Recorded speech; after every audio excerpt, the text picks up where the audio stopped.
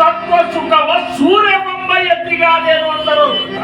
ಪರಮಾರ್ಥದ ತತ್ವದ ಆನಂದವನ್ನ ಸೂರ್ಯ ಮಾಡಬೇಕು ಅಂದ್ರ ಇಷ್ಟೊಂದು ಮನಸ್ಸಿನಾಗನ್ನ ಪೂರ್ಣ ನಮ್ಮನ್ನು ನಾವು ಅದ್ರಾಗ ತೊಡಗಿಸ್ಕೋಬೇಕಂದ್ರ ಈಗೇನ್ ನೀವು ಗೊತ್ತಿರ್ತಿರಲ್ಲ, ಈಗ ಹೇಳುವಂತ ತತ್ವ ವಿಚಾರಗಳನ್ನಾಗ್ಲಿ ಮಹಾತ್ಮರ ಒಂದು ಜೀವನದ ಒಂದು ಘಟನೆಯನ್ನಾಗ್ಲಿ ಇಷ್ಟು ನೀವು ಅದ್ರಾಗ ಮರಿಬೇಕಂದ್ರೆ ಎಷ್ಟು ಮರಿಬೇಕಂದ್ರೆ ನೀವು ಇಲ್ಲಿ ಕೂತಿರನ್ನುವಂತದ್ದು ಮರಿ, ಇಲ್ಲಿ ಕೂತಿರಂತ ಮರಿಬೇಕು. ನೀವು ಇಲ್ಲಿ ಕೂತಿರಂತ ಎಲ್ಲಿ ತನಕ ನಿಮ್ ತಲೆಯಾಗಲ್ಲ ಅಲ್ಲಿ ತನಕ ನೀವು ಕೂತಿರ್ತೀರಿ. ಖರೆ ನಿಮ್ಮ ಮನಸ್ಸ ಜಮಖಂಡಿ ತುಂಬಾ ಅಡ್ಡಾಡ್ತಿರ್ತದೆ. ಒಪ್ಪಾದ ಕುಮಾರಿ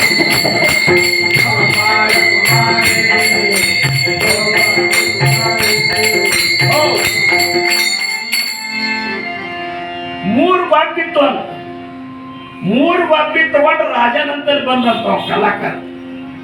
ಮೂರು ಬಾಂಬಿ ಒಂದೇ ಕಾಯಿ ಬಿಟ್ಟು ಅಂತ ವಿಲಾಸ ತಗೊಂಡು ಬಂದ ರಾಜನಂದ್ರು. ಏನಪ್ಪಾ ಮೂರು ಒಂದೇ ಕಾಯಿ ಹೋಗಲ್ಲ. ಹೌದ್ರು ಇವ್ರು ಏನ್ ಕಿಮ್ಮತ್ ಏನ್ ಮಾಡಿ ಅಂತ. ಒಂದ್ರ ಕಿಮ್ಮತ್ 50 ರೂಪಾಯಿ ರೀ, ಒಂದ್ರ ಕಿಮ್ಮತ್ 100 ರೀ, ಇನ್ನೊಂದ್ರ ಕಿಮ್ಮತ್ 500. ರಾಜ ಅಂತ ಎಲ್ಲ ಒಂದೇ, ಒಂದ್ ಸ್ವಲ್ಪ ಫರಕ್ ಇಲ್ಲ. ಕಿಮ್ಮತ್ ಯಾಕೆ ಫರಕ್ ಆಗ್ತದೆ? ಒಂದೇ ಟೈಪ್ ಹೋಗ. ರಾಜ ಇವಂದ ಕಲಾಕಾರಂದ ಒಂದು ಕಡ್ಡಿ ತಗೊಂಡ, ಅಂತಿ ಸಣ್ಣ ತಗೊಂಡ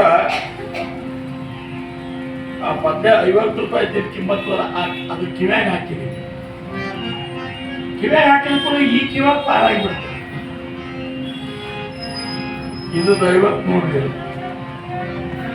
ಮತ್ತೊಂದು ಗೊಂಬಿ ಕಿವ್ಯಾಗ ಹಾಕಿದ, ಅದು ಕಿವ್ಯಾಗ ಹಾಕಿದ್ದು ಬಾಯಾಗ ಬಂತು. ಇದು 100 ರೂಪಾಯಿ ನೋಡ್ರಿ. ಇನ್ನೊಂದು ಗೊಂಬಿ ಕಿವ್ಯಾಗ ಹಾಕಿದ್ರು ಕೂಡ ಪೂರ್ಣ ಒಳಗೆ ಹೋಗ್ತು. ಇದಕ್ಕೆ 500. ಹಿಂಗ್ಯಾಕೋ ಈಗ ಮಹಾತ್ಮರು ಹೇಳಿದಂತ ಮಾತುಗಳನ್ನು ಈ ಕಡೆ ಕೇಳಿ ಈ ಕಡೆ ಬಿಡು ಬಂದಿದ್ದಲ್ಲ.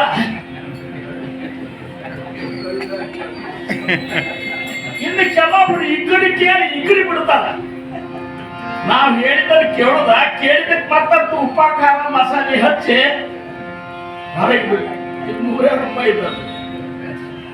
ಕೇಳಿದ್ದನ್ನ ಎಲ್ಲ ಒಳಗೆ ಬಟ್ಟೆ ಇಳಿಸ್ಕೊತಾರಲ್ಲ, ಅದಕ್ಕೆ 500 ರೂಪಾಯಿ. ನನಗನ್ಸಿದ ಬಟ್ಟಿ ನೀವೆಲ್ಲರೂ 500 ಲೆಕ್ಕ.